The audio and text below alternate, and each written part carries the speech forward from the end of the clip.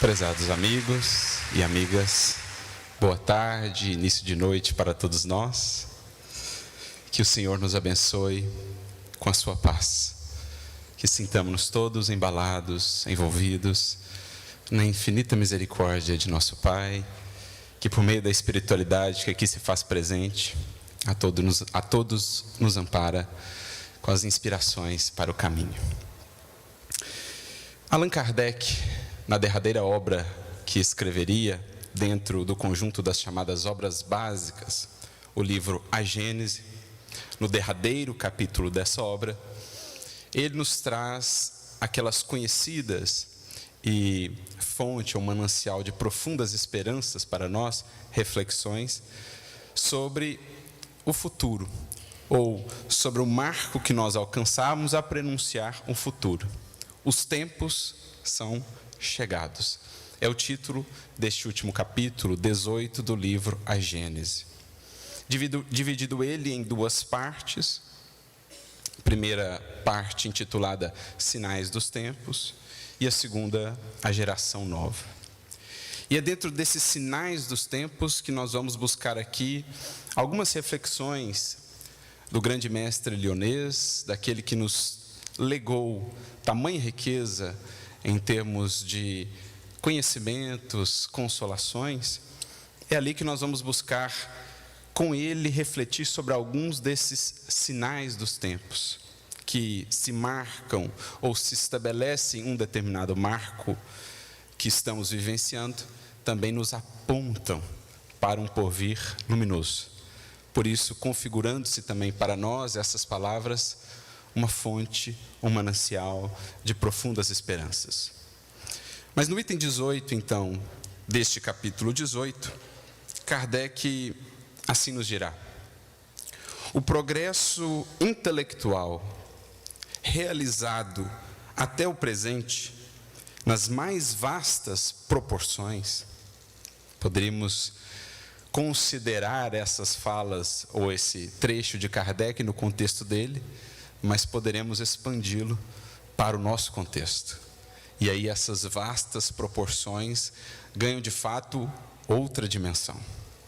O que os nossos olhos têm visto, o que a humanidade tem conseguido alcançar, fruto do progresso intelectual nesse esforço coletivo de tantas mentes, de tantas inteligências, a desbravarem, a buscarem entender a criação divina e as suas leis.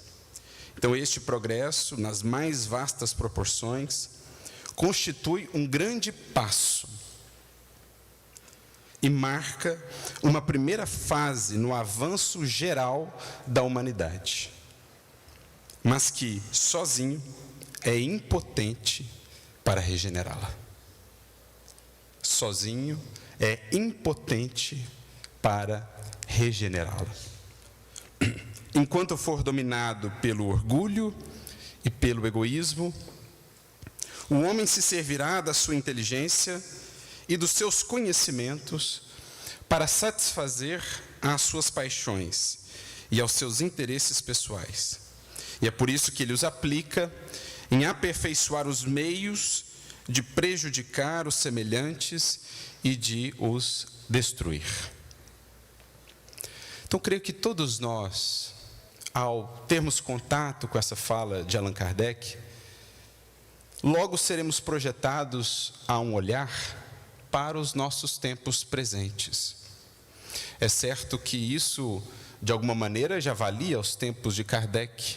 A ciência vinha num crescente de descobertas, de invenções, de ofertas à humanidade terrestre.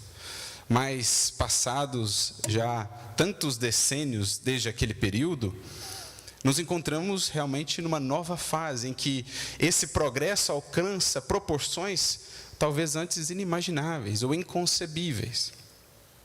No entanto, ainda assim, ao lado desse mesmo progresso, que trouxe-nos tantas facilidades, tantas possibilidades ampliadas, vemos ainda, com relativa frequência, o uso desses mesmos recursos, ferramentas, não para a edificação da humanidade ou do espírito humano, mas ainda tantas vezes a nos perdermos em labirintos conduzidos pelas paixões, onde esses recursos que deveriam potencializar as próprias expressões do espírito em sua herança divina, acabam se servindo, ou sendo utilizados, melhor dizendo, para a destruição, para o engano, para a ilusão, para o prejuízo gerado a outrem em busca do interesse pessoal.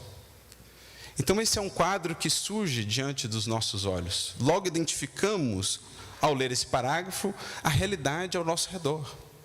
O nosso mundo de hoje, em que sentimos ter avançado tanto em alguns aspectos, mas ao mesmo tempo sentimos a carência em outros tantos aspectos, ou em aspectos fundamentais, que vão cada vez mais ganhando um realce em nosso olhar, em nossa análise do mundo e da vida.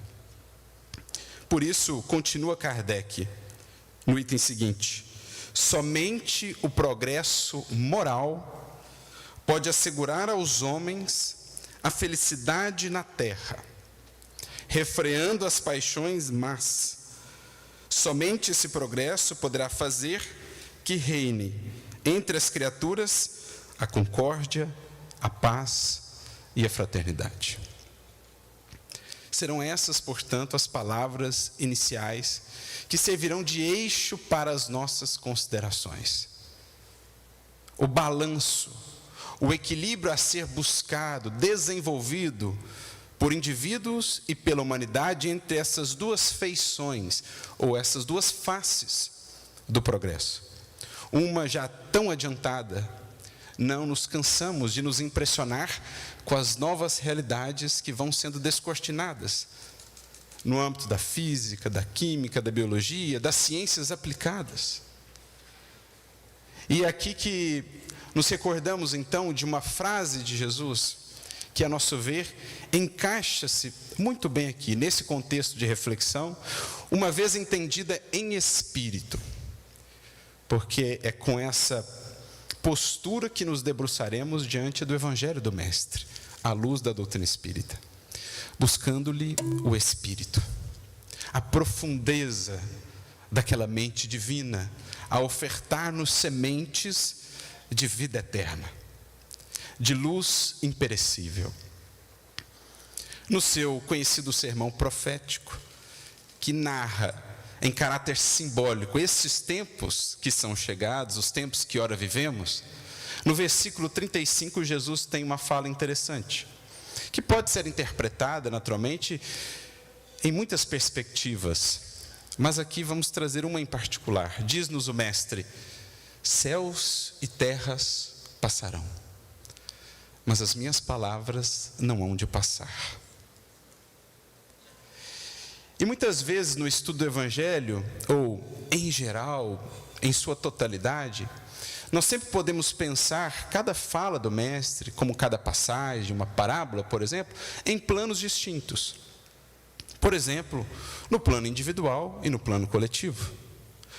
As parábolas de Jesus poderão ser entendidas no contexto da criatura em particular, como poderão ser uma imagem da humanidade como um todo, já que a coletividade não é senão um reflexo da individualidade. Então a gente sempre vai trabalhando o estudo do Evangelho transitando entre esses planos. As parábolas, por exemplo, chamadas escatológicas, que narram o momento da ceifa, tanto podem se referir à ceifa particular de cada um, a colheita no pós-mortem, por exemplo, o momento em que, enfim, o espírito, que talvez tenha fugido durante toda uma existência de fazer essa análise entre o joio e o trigo internamente, agora será chamado, impeli-lo a fazê-lo no plano da realidade, no mundo espiritual. Poderemos entender essa parábola nesses termos, como ela poderá e será entendida também como uma referência a esses momentos culminantes para a coletividade terrestre. A ceifa a nível global, um momento em que a humanidade será chamada à aferição, a analisar o que é joio, o que é trigo, e em que aqueles espíritos ainda muito refratários serão convidados a outras searas, para que essa possa avançar a um novo período de fertilidade, de fecundidade, no infinito campo divino, no jardim de Deus. Então a gente pode ir trabalhando esses planos. Como também poderemos pensar em termos de plano material e plano espiritual. E é o que nós faremos aqui, com relação a essa frase de Jesus. Uma abordagem com relação a um plano mais material, digamos assim, da vida, essa feição mais material da vida, como também faremos uma análise do ponto de vista moral. O que Jesus quer nos trazer com isso? Do ponto de vista físico, digamos assim, é interessante. Céus e terras passarão. Essa imagem, ou esses dois elementos referenciais são importantíssimos. Porque, vamos pensar aqui, nós, espíritos encarnados, houve um tempo, em nossa visão de mundo, em nossa compreensão do que é a Terra e da sua função, houve um tempo em que a Terra foi o centro do universo. Hoje nós sabemos, ela não passa de um pálido ponto azul, na grandiosidade incomensurável da criação. A sonda Voyager brindou-nos com esse presente, um pálido ponto azul. Este que é o objeto, a sonda mais distante já criado pelo homem, deixando o sistema solar. Ele volta-se então para trás e tira uma foto.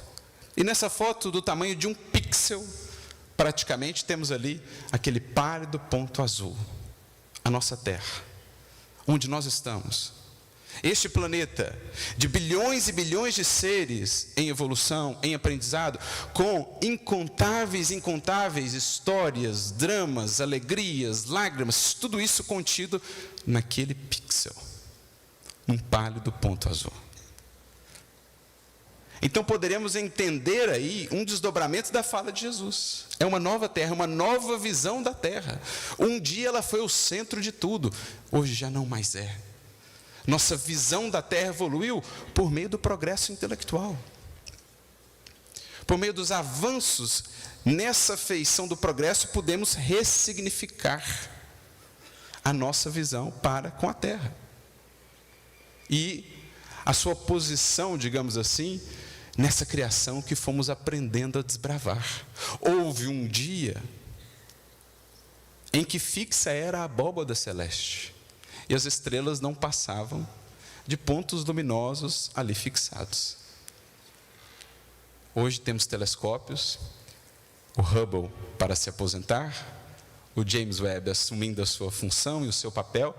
Temos telescópios que nos permitem desbravar os anos-luz, o espaço e o tempo, para compreender cada vez mais a magnitude da criação divina, a dimensão de uma outra fala tão conhecida de Jesus: há muitas moradas na casa de meu Pai. Já são trilhões de galáxias acessadas, cada uma delas com bilhões e bilhões de estrelas a lhes comporem. Cada uma dessas estrelas, sabe-se lá com quantos planetas, com quantos satélites a lhes orbitar. Diante de tudo isso, o que é a Terra outrora considerada tão importante, algo tão central? Então, a nossa visão de terra foi sendo ressignificada, também a nossa visão de céu, fisicamente falando, graças a todos esses avanços. O progresso intelectual, de alguma maneira, está contido nessa fala profética de Jesus: céus e terras passarão. Quantas já não foram as nossas concepções do planeta, acerca do planeta? Quantas já não foram as nossas concepções acerca do céu? Tudo isso, os séculos têm visto passar, se transformar, se aperfeiçoar, à medida que o progresso se faz. Tivemos agora um outro grande marco.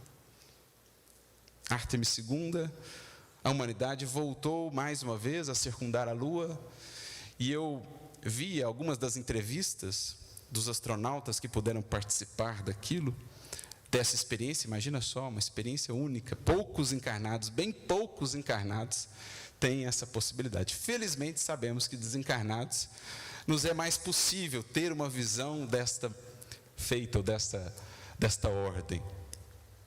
Mas eu vi a entrevista deles e era impressionante, porque parecia que quase todos estavam ainda meio em estado assim de êxtase, alguma coisa diferente, meio que estupefatos, perplexos com essa experiência, porque não há como não ressignificar a sua percepção de vida, de valor, ao poder ver a Terra dessa ótica distinta, por fora. Aquilo que aqui embaixo parece tão grandioso, tão importante, tão valioso, como isso é ressignificado e redimensionado quando lá se está. Quando se vê a Terra de tão distante como um mero e pálido ponto azul.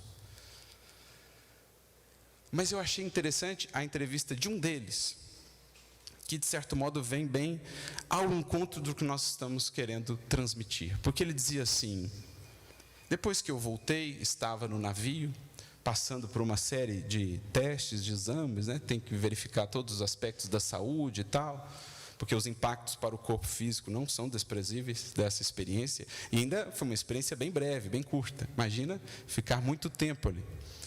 Então ele passava por todos aqueles exames e tal, mas ele dizia assim: eu nunca fui muito religioso, nunca tive muito vínculo com isso, nunca me interessei, mas depois daquela visão, depois dessa experiência, eu sentia que algo em mim foi acionado, alguma coisa me fazia pensar nisso, de modo que ele solicitou lá no navio a visita do capelão, no caso um sacerdote.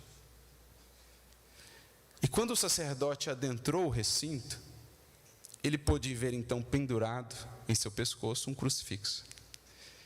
E ele, que nunca tinha tido um vínculo assim com a religiosidade, ou talvez nunca tinha parado para pensar muito nessas questões da transcendência, ele, ao ver aquele crucifixo, fez alguma associação interna, sabe-se lá como, é o espírito, na sua ânsia de infinitude, no anseio, na intuição de que há algo muito mais grandioso do que ele havia considerado até ali. Ao ver aquele crucifixo que o remeteu à figura de Jesus, disse ele: eu comecei a chorar convulsivamente.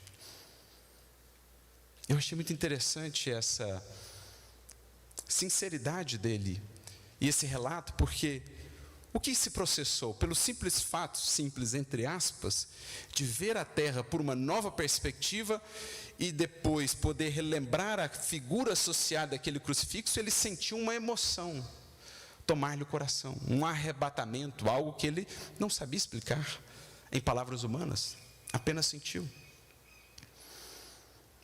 E nós gostaríamos de trazer essa experiência, talvez, para destacar justamente isso, porque é de alguma maneira um sentido ou um sentimento coletivo esse que os tempos novos nos vão trazendo.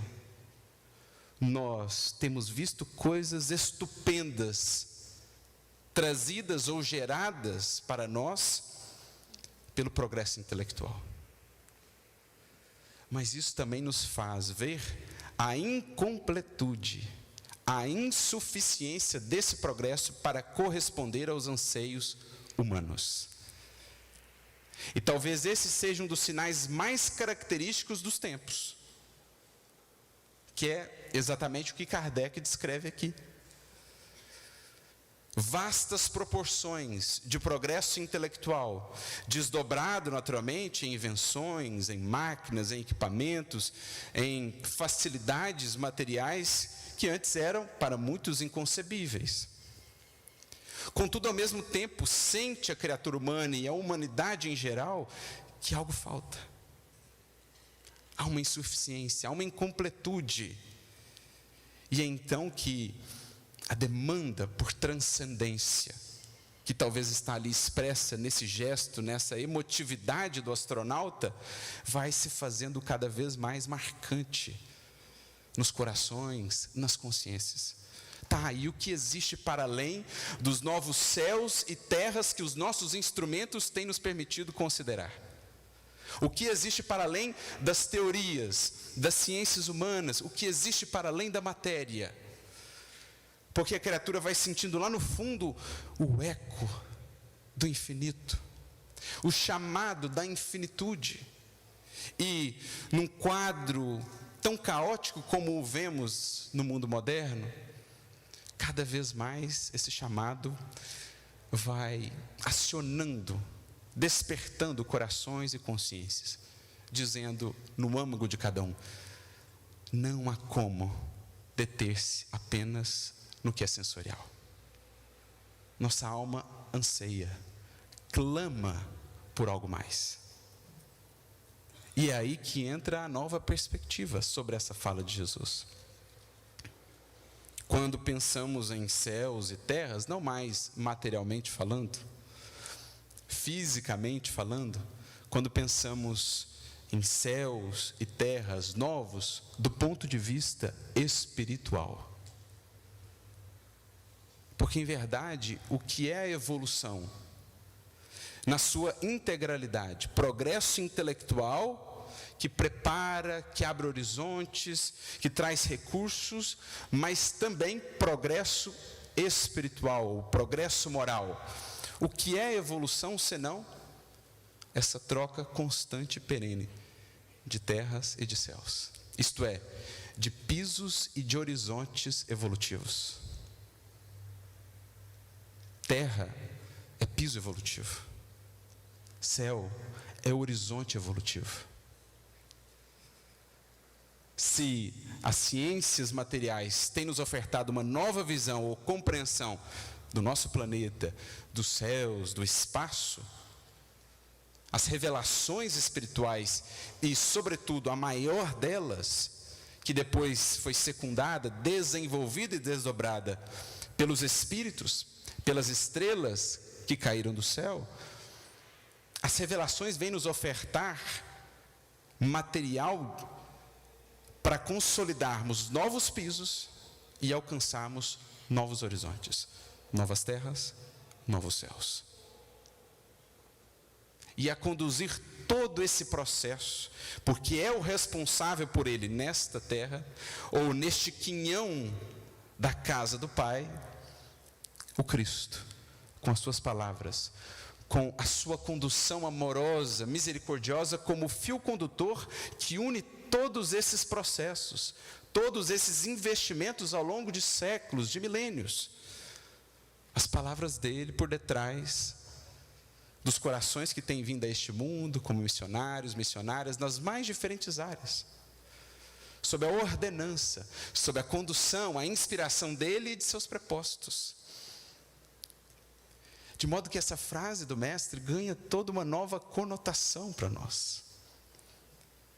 E aí, mais propriamente, veremos a importância do Evangelho nesse trecho da jornada humana, em que o progresso intelectual já alcançou céus antes não considerados, inconcebíveis, mas que o progresso moral precisa agora acompanhar, oferecendo à criatura humana, de fato, novas expressões para a sua evolução, novos horizontes morais, necessitando, para tanto, da consolidação de um novo piso. É aí que se encaixa o Evangelho. É aí o que Kardec está tentando nos dizer: olha, já que avançamos tanto nessa feição, é de vastas proporções o progresso intelectual e os seus desdobramentos alcançados, voltemos agora, coração, mente, olhar, para o progresso moral. E busquemos, sobretudo, aquela que é a referência maior de progresso moral que nos foi dada: o Cristo de Deus. Porque, como já foi dito aqui hoje, o Espiritismo não nos traz uma nova moral. Ele resgata o fundamento do Evangelho, desdobrando-o para nós. Isto é, ampliando os nossos horizontes de alcance acerca do Evangelho, para que nos sintamos cada vez mais impelidos a consolidar com ele novos pisos onde possamos transitar na jornada evolutiva, individual e coletivamente falando. Já que a moral é o que nos falta, já que a humanidade sente essa incompletude ante a magnitude de todos esses feitos materiais, surge, mais belo do que nunca, o livro divino. Ou se realçam, mais belas do que nunca, as divinas palavras do Verbo encarnado. Porque poderíamos aqui fazer uma paráfrase naquele momento que está registrado no Evangelho de João, capítulo de número 6, quando Jesus fala, do pão da vida. Há um momento do discurso em que Jesus é bastante firme, duro, a destacar os sacrifícios envolvidos no processo de transformação. E por conta disso, muitos dos que o ouviam começaram a se afastar. Alguns diziam: duro é este discurso, quem poderá ouvi-lo? Quem poderá suportá-lo? E então, cada vez mais pessoas vão se afastando. Em determinado momento, contudo, Jesus volta-se para os discípulos, Pedro em especial, e lhes pergunta: também vós quereis ir? Ao que Pedro então responderá com palavras que ficariam registradas para sempre: a quem iremos nós, mestre, se só tu tens as palavras de vida eterna?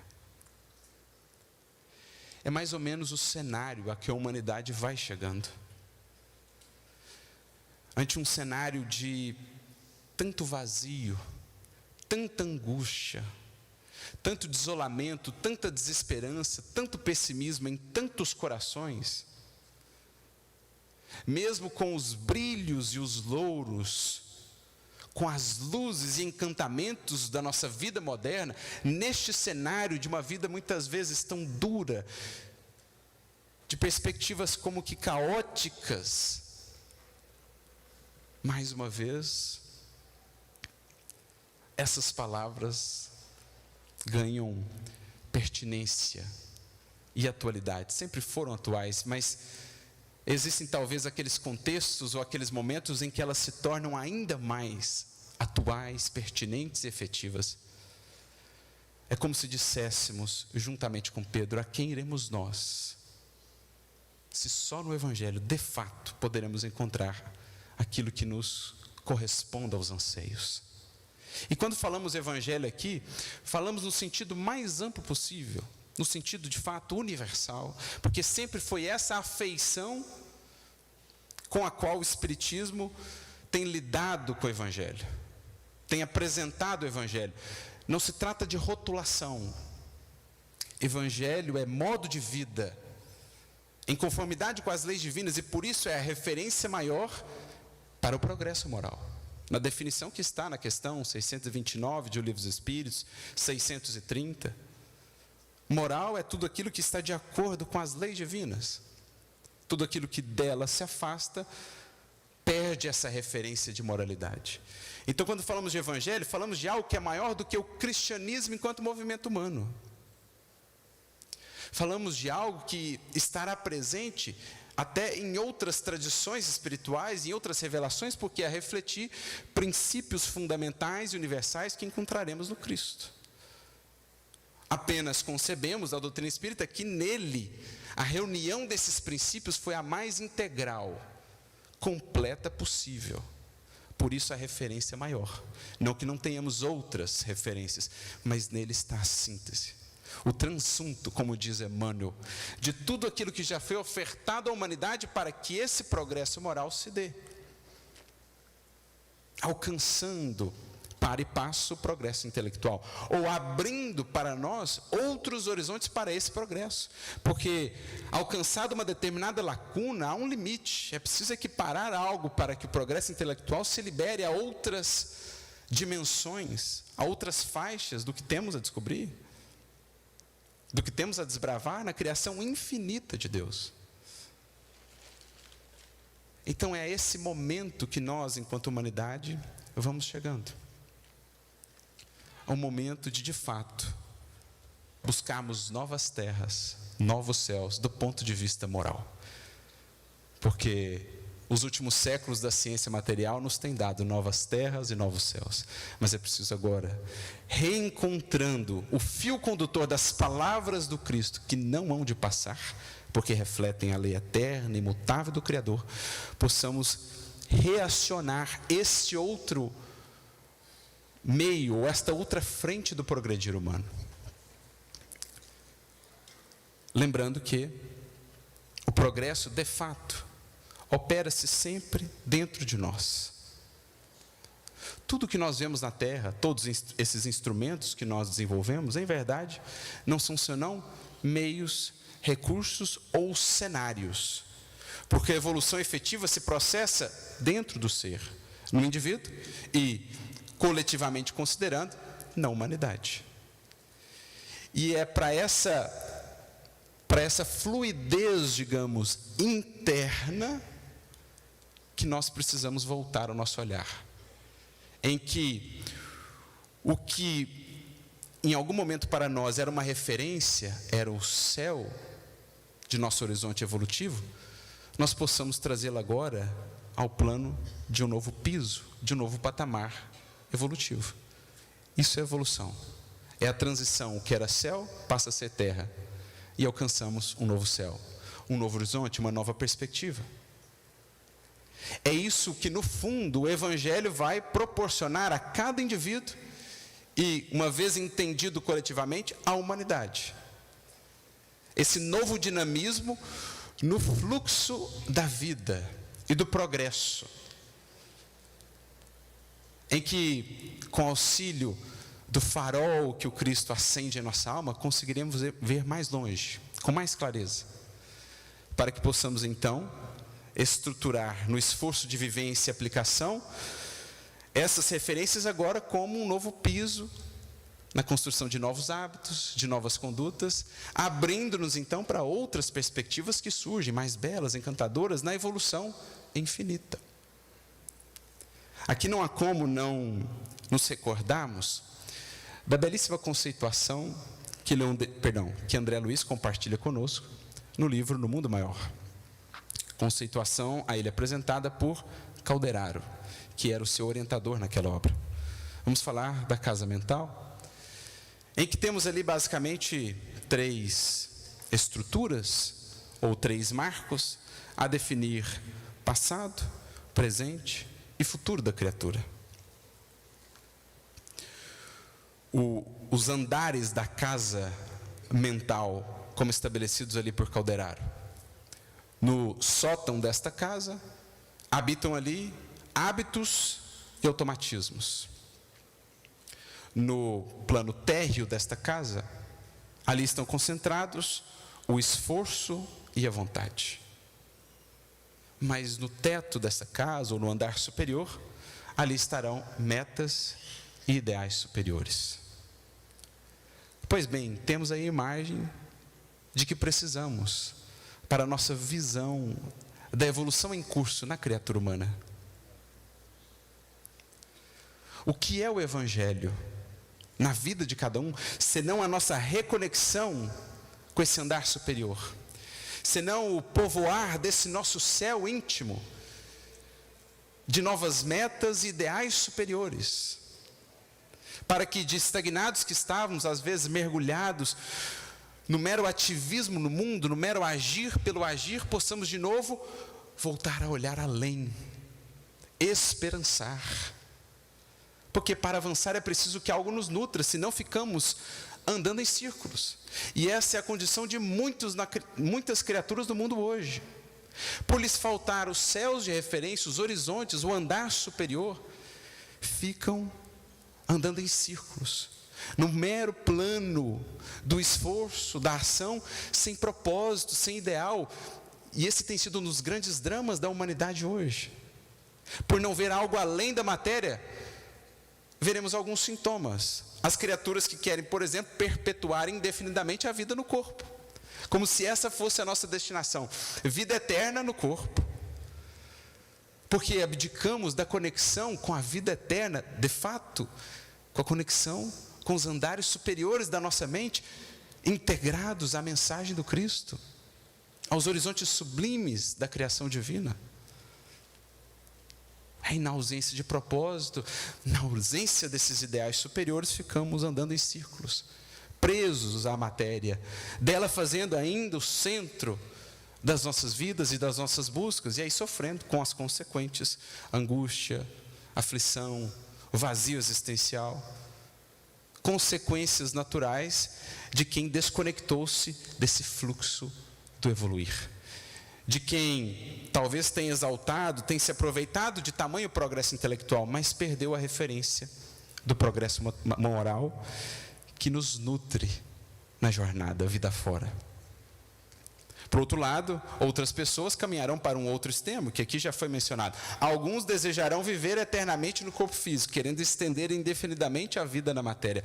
Outros, no entanto, não a têm suportado, buscando as portas falsas da morte, quando não surge ela no tempo devido, no tempo de Deus. E aí vemos crescer no mundo a demanda por eutanásia, suicídio assistido, na falta daquilo que nos conecte a um propósito maior, nos faça entender esse fluxo da vida e as oportunidades aqui a nós concedidas. Então, estabelecemos agora esse fluxo do progresso internamente. O que é a nossa relação com o Evangelho, senão buscar nesse andar superior que está representado para nós nas lições e nas palavras de Jesus, enriquecer o nosso céu de metas e ideais superiores, para que então, no térreo da nossa vida, onde de fato operamos, no esforço, na vontade, possamos trazer gradualmente esses ideais e metas superiores à operação na nossa vida, para que assim, gradualmente, se dê o progresso, estabelecendo então um novo piso evolutivo, consolidando novos hábitos, automatismos no subterrâneo ou no sótão dessa casa. Assim, a mesma imagem. De modo que o Evangelho, o que ele faz então? Qual a sua importância fundamental? Reestruturar o eixo de progresso das criaturas, trazendo a cada uma dessas fases, digamos assim, ou dessas partes, novos elementos definidores, novas orientações. Em relação ao passado, por exemplo, o que o Evangelho nos traz ou nos proporciona? Meditava a esse respeito, e para cada uma dessas partes, digamos, da casa mental, me vieram duas palavras de referência. Em relação ao passado, o Evangelho reestrutura a nossa vida, trazendo-nos duas palavrinhas orientadoras: discernimento e desprendimento. Porque o passado é fonte de aprendizado para os que sabem discernir. Discernir o que dele podemos aproveitar, o que deve ser mantido e o que é preciso deixar ir. Por isso a outra palavrinha, desprendimento. Porque se em relação ao passado não contarmos com discernimento, nem com desprendimento, muitas vezes ficaremos ainda atravancados nesse fluxo da vida. E já que a proposta, como Kardec também irá frisar, é uma nova geração, uma nova criatura, sem desprendimento e sem discernimento com relação ao passado, não nos faremos de fato novos. Então o Evangelho, em sendo uma referência para nós do que nos espera além, do que é a meta, do que é o ideal, nos ajuda a ver aquilo que não é e que é preciso deixar partir. Aquilo que talvez até em outros momentos pode ter a sua utilidade, mas já não mais tem. Aquilo que, como diria Paulo, já não mais nos convém. Por isso o Evangelho, especialmente explicado pelo Espiritismo, traz-nos discernimento, para identificarmos, por exemplo, nesse sótão da casa mental, ou no subterrâneo do piso evolutivo em que temos caminhado, o que não mais podemos considerar ou manter. Quais hábitos, por exemplo, abandonar. E em relação ao presente, o que nos trará o Evangelho do Cristo? Duas palavrinhas também: consciência e dever. Em relação ao presente, o Evangelho traz-nos consciência do valor de tudo o que nos cerca: tempo, saúde, oportunidade, todos os recursos, mas para o uso consciente. Numa evolução que não se dá agora mais tão empiricamente, porque já nos foram dadas tantas orientações. Por que evoluir apenas experimentando, quando já sabemos que certas experimentações são em verdade recapitulações? É o passado que não queremos deixar ir. Então, operando com mais consciência, saberemos nos servir mais adequadamente daquilo que a vida nos oportuniza, daquilo que ela nos oferece. E teremos, ao mesmo tempo, mais senso de dever. Se há uma palavra que descreve muito bem o espírito desperto, o espírito em que, de fato, de novo, esse eixo do progresso vai sendo restabelecido, esse eixo interno, essa palavrinha é a palavrinha dever. Eu costumava dizer que temos um apóstolo do dever no Espiritismo. Alguém que tratou esse tema tantas vezes, porque entendia a sua importância. Refiro-me a Leon Denis. Se há um tema que lhe era caro, era esse tema do dever, sempre associado à consciência. Nós precisamos, nesse mundo turbulento, nesse mundo em transição, nesse mundo onde ainda preponderam tantas vezes as ilusões, nascida, como disse aqui Kardec, das paixões más, dos apegos, do interesse pessoal, nós precisamos cada vez mais de espíritos com consciência de dever, que se propõem, portanto, a servir. O Evangelho alcança a criatura e a faz pensar muito antes no dever do que em quaisquer direitos que ela julgue ter. Quantas vezes não consideramos ter ainda o direito de exigir essa ou aquela circunstância, essa ou aquela compreensão, essa ou aquela gratidão? Não. Falamos aqui de espíritos que se fixem, acima de tudo, no dever. No dever de servir, de realizar, de se aprimorar, para ir reestruturando o eixo do seu progresso moral, o fluxo da vida em si, possa ele contribuir beneficamente com as vidas ao seu redor. Então, um mundo como o nosso, em que o interesse pessoal tantas vezes se faz um cativeiro, e está por detrás do uso desses progressos todos, intelectuais, materiais que nós já alcançamos, a serviço do egoísmo, a serviço desse mesmo interesse pessoal, o que mais carecemos são de espíritos conscientes do dever, nessa operação do presente. Então, em relação ao presente, o Evangelho traz ao espírito consciência e dever.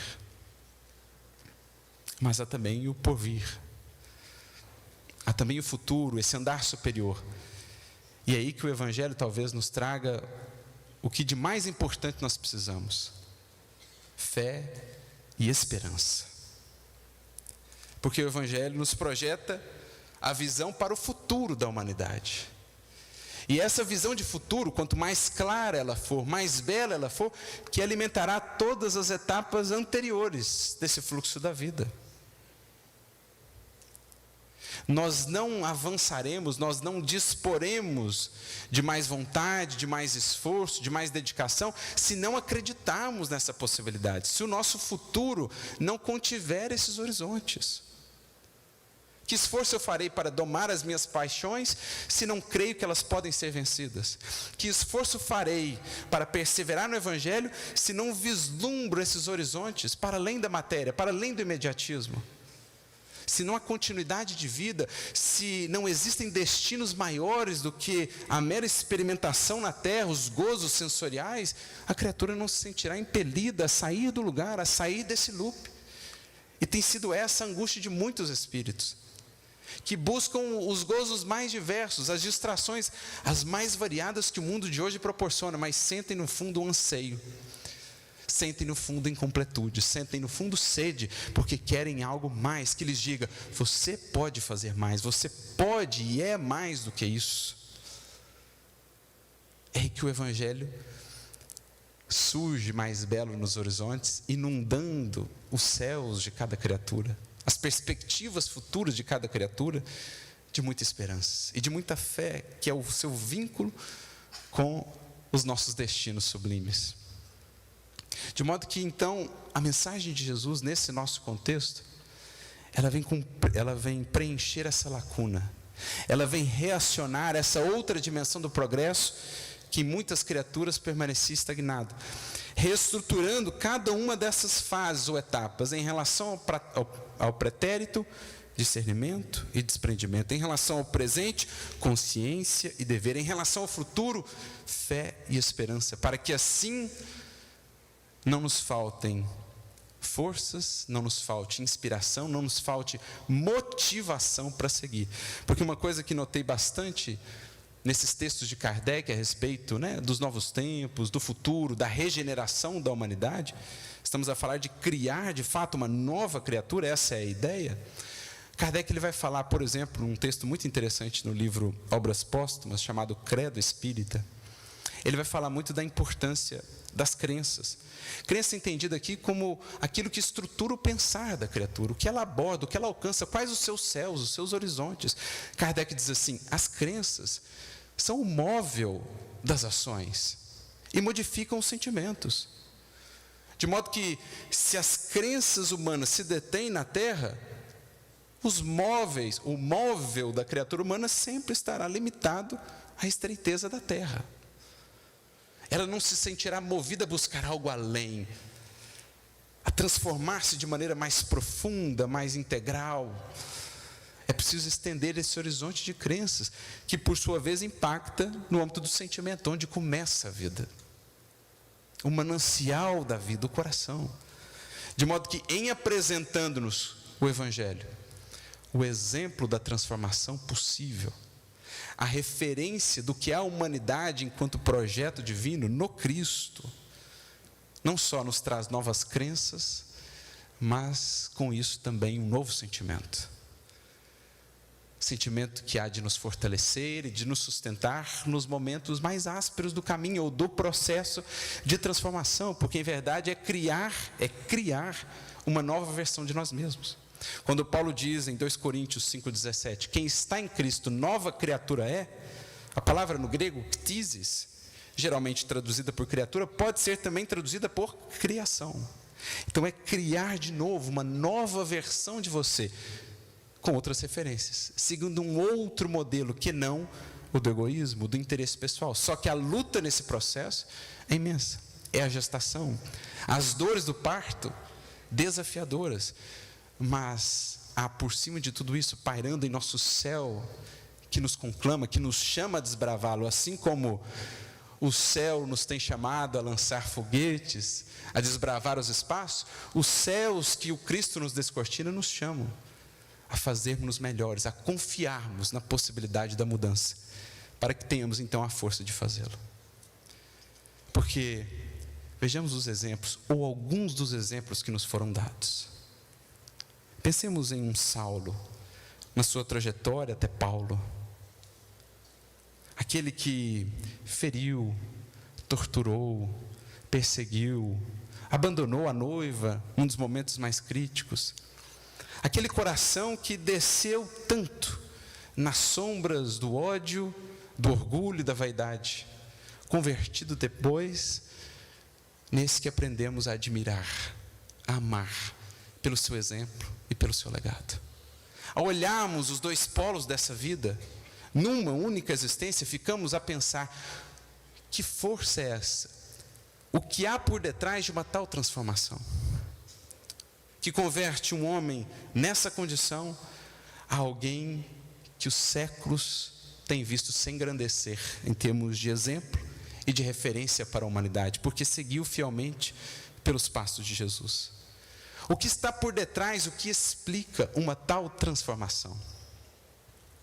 De um Públio Lentulus ao benfeitor, do qual hoje nós todos somos beneficiários. De um Pedro hesitante, oscilante, tão intempestivo, naquela rocha sólida a sustentar o cristianismo nascente. O que está por detrás dessas transformações, meus amigos? Que crença é essa estruturante? Que horizontes são esses que foram descortinados a esses corações, a essas consciências, que os fizeram percorrer tal jornada? Todas essas histórias, todos esses exemplos, nos levarão ao mesmo lugar, ou melhor, a uma mesma fonte, ao Evangelho de Jesus, ao fundamento que nos foi dado para a construção da nova criatura.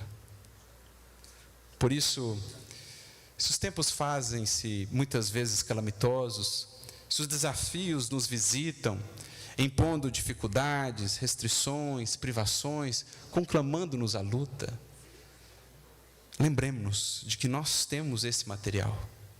O que esteve por trás da transformação de um Saulo, de um Pedro, de um Emmanuel e de tantos e tantos outros que aqui poderíamos lembrar, isso está em nossas mãos, em nosso coração, para que dele também façamos a nossa força e a nossa inspiração para seguir sempre em frente, equiparando, enfim, em nossa vida, progresso intelectual e progresso moral, para que a humanidade se prepare, estabelecendo esse novo piso, para que possamos olhar então para um novo céu, novos e sublimes horizontes.